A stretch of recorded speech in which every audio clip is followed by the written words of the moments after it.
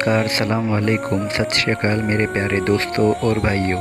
हमने सैलानी सरकार का इतिहास पार्ट 5 में श्री सैलानी बाबा के आध्यात्मिक और रूहानी गुरु से मिलन के बारे में देखा। आज हम श्री सैलानी बाबा को रूहानियत की सिद्धि और उन्हें सैलानी का लक़ब क्यों मिला इस बारे में जानेंगे। जो लोग चैनल पर नए हैं उनसे गुजारिश है कि वे पहले सैलानी बाबा का इतिहास पार्ट 1, पार्ट 2, पार्ट 3, पार्ट 4 और पार्ट 5 देखें ताकि आपको सरकार की जानकारी पूरी और मुकम्मल तरीके से मालूम हो सके। और जिन्होंने अभी तक चैनल को सब्सक्राइब नहीं किया है वे चैनल को सब्सक्राइब करें और वीडियो को ज़्यादा से ज़्यादा लोगों तक शेयर करें। तो चलिए शुरू करते हैं। मुस्तफ़ाबाद में आश्रय पाकर और गुरु सेवा करके 3 हफ्ते पूरे हो चुके थे। श्री अब्दुल रहमान की हाज़िरी में सरकार बाबा ने कुछ मुरीदों को अपने संप्रदाय में शामिल कर लिया था, मगर इतने दिन बीतने के बाद भी अपने बारे में श्री सरकार बाबा ने कोई निर्णय या सुझाव न देने के कारण श्री अब्दुल रहमान नाराज़ थे। सफ़र में मिले 2 फरिश्ते की बात सुनकर एक काबिल गुरु की करीब तो हम पहुँच गए, मगर अपनी चाह पूरी न होने के कारण भविष्य की चिंता में डूबे श्री अब्दुल रहमान अकारण ही चिंतित थे। सोच में डूबे श्री अब्दुल रहमान ने मन ही मन में कुछ निश्चय किया। सुबह के नित्य कर्मों को निपटाते हुए बड़ी जल्दी में श्री अब्दुल रहमान घर से निकल पड़े। अपने ही सोच विचार में चलते चलते मुस्तफ़ाबाद को छोड़कर ब्यावल के रास्ते चल रहे थे। वहाँ मुस्तफ़ाबाद में सवेरे की धूप चमक रही थी। श्री सरकार बाबा को अब्दुल रहमान की याद आई और उन्होंने पूछताछ शुरू की, मगर सुबह से किसी ने उन्हें देखा ही नहीं था। ब्यावल की दिशा की तरफ मुँह मोड़कर श्री सरकार बाबा ने जोर से आवाज़ लगाई, बेटा अब्दुल रहमान, और चुप हो गए। यहाँ ब्यावल के रास्ते पर श्री अब्दुल रहमान सम्मोहित हो गए।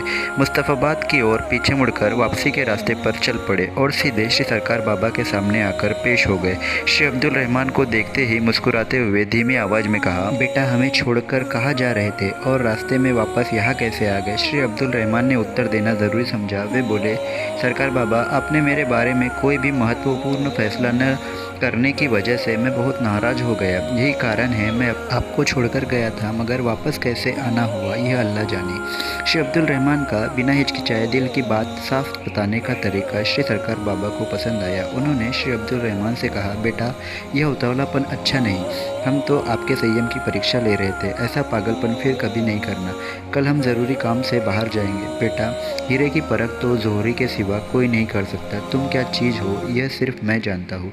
जो मैं तुम्हें देना चाहता हूँ उसके हकदार तो सिर्फ तुम हो, और मैं तुम्हें ज़रूर देने वाला हूँ, क्योंकि यह अल्लाह ताला की मर्ज़ी है। श्री अब्दुल रहमान के चेहरे पर लालिमा छा गई। वह नम्रता से बोले, बाबा आपने जो कुछ भी कहा वह सुनकर मैं खुद को तकदीर वाला समझता हूँ।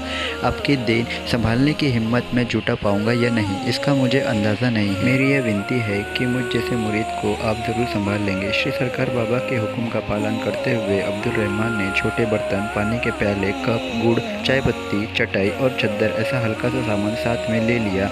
विदाई के लिए बाकी के सारे चाहने वाले इकट्ठा हो गए।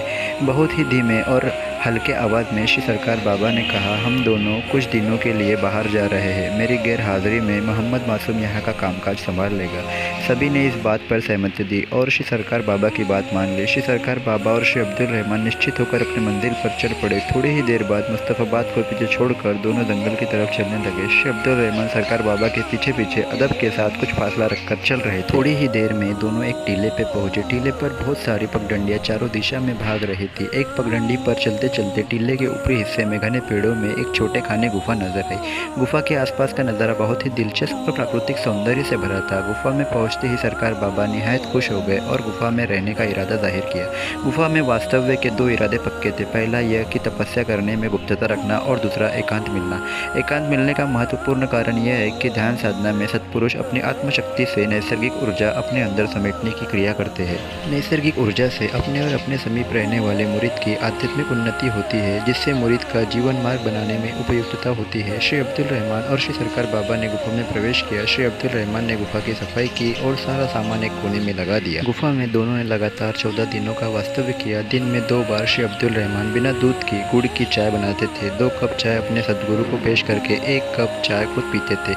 उन 14 दिनों में चाय के अलावा दोनों ने अनाज का एक दाना तक नहीं खाया। सिर्फ अपनी सांसें चलने की ताकत रहे उतनी ही चाय पानी होता था। श्री सरकार बाबा ने अपनी इच्छा के अनुसार विविध स्वरूप की अनुभूति श्री अब्दुल रहमान को बख्श दी। ऐसे अनुभव सिर्फ एक काबिल गुरु ही अपने शिष्य को दिलवा सकते हैं। श्री सरकार बाबा के अमर्याद प्यार में श्री अब्दुल रहमान सर से पांव तक भीग चुके थे। एक अलौकिक स्फूर्तिदायक ताजगी श्री अब्दुल रहमान महसूस कर रहे थे। श्री सरकार बाबा ने जो कुछ श्री अब्दुल रहमान को दिया और कानों में कहा, वो लाजवाब और नूरानी सुकून था। अनगिनत सालों की तपस्या के पश्चात जो फल साधु संतों को मिलता है, उसकी प्राप्ति सिर्फ 14 दिनों में श्री अब्दुल रहमान को दिलाई। श्री सरकार बाबा ने श्री अब्दुल रहमान को अब्दालिया किताब दिलवा कर दुनिया की नज़रों में एक नई तरीक़त के पर्व की शुरुआत कर दी। श्री सद्गुरु के साथ मुस्तफाबाद वापस आने के पश्चात श्री अब्दुल रहमान के स्वभाव में परिवर्तन होने लगा।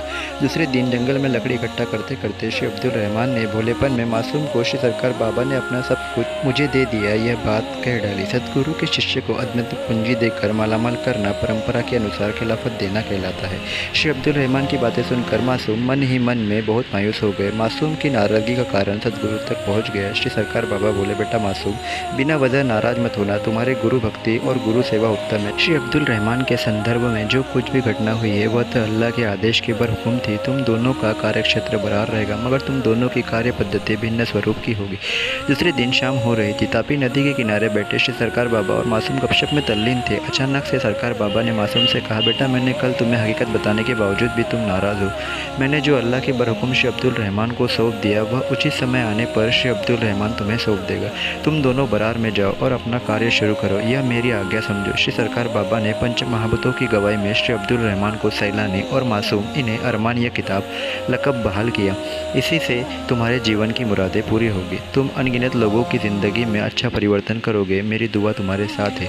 बेटा अब्दुल रहमान, दुनिया तो दुखों से भरी है। लोगों की यातना और व्याधि बेशुमार है। इनमें से कई लोग स्वनिर्मित, कई पीर प्रत्यक्ष के संकेत अनुसार, तो कई पर निर्मित दुख से पीड़ित है।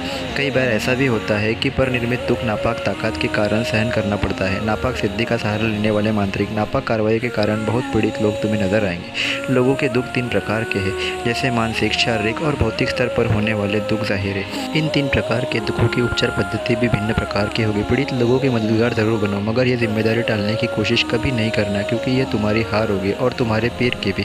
जादू टोना, काला जादू, जंतर मंतर या भानुमति जैसी घटनाओं का सामना तुम्हें करना पड़ेगा। इन घटनाओं का शास्त्र के आधार पर खुलासा करना मुमकिन नहीं, परंतु ऐसे समय पर धीरज रखना बहुत ज़रूरी है। मेरे सिखाए ज्ञान के सामर्थ्य का उचित इस्तेमाल करना, इस तरह से पीड़ित व्यक्ति के दुख की जड़ ढूंढने में तुम निश्चित कामयाब हो जाओगे। भूत बाधा, प्रेत बाधा, जादू टोना जैसे प्रसंग में तुम उपचार करने में माहिर हो जाओगे और यही तुम्हारी खासियत होगी।